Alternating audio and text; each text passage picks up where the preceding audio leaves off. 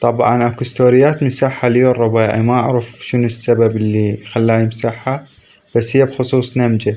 بس الستوري اللي انا شفته يوضح بيه سبب الاعتداء على نمجة وتفاصيل الشاب اللي اعتدى على نمجة. خلنا نشوف. شخص اسمه محمد مهمل يتواصل ويا نمجة على مود يسوي اعلان. هذا نمجة حاليا هو يمي، تواصل ويا نمجة حتى يسوي اعلان، وتواعد ويا منطقة تحيي الجامعة قرب من الأهوش.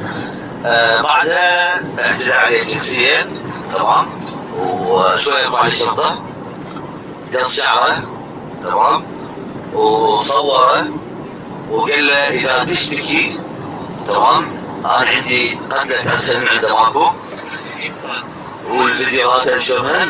فمحمد مؤمل يشتغل بمحل بحي الجامعة تزيين عيادة المياه. آخر ستوري نزل ليو الربيعي يقول إنه كملت السالفة ويشكر سامر جيرماني. أعتقد سامر متدخل بالسالفة. هسه انتو عرفتوا كل شي، ووضحت لكم الصورة ووضح لكم كل الموضوع، وأي تحديث ينزل بخصوص هاي السالفة أنزل لكم إياه. وهسه الموضوع كمل إنه أما القبض على الوليد، وما أعرف بعد تفاصيل أكثر لأن ما نزلوا هاي التفاصيل، وقلت لكم إذا نزل تفاصيل أقول لكم. وأتمنى أن تشترك بالقناة وتخليني لايك على هذا الفيديو. وبخصوص نمجة إنه ما راح يبطل هاي السوالف نهائيا.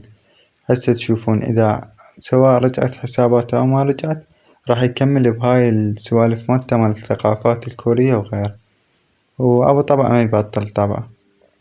وبس، وصلنا نهاية الفيديو. باي.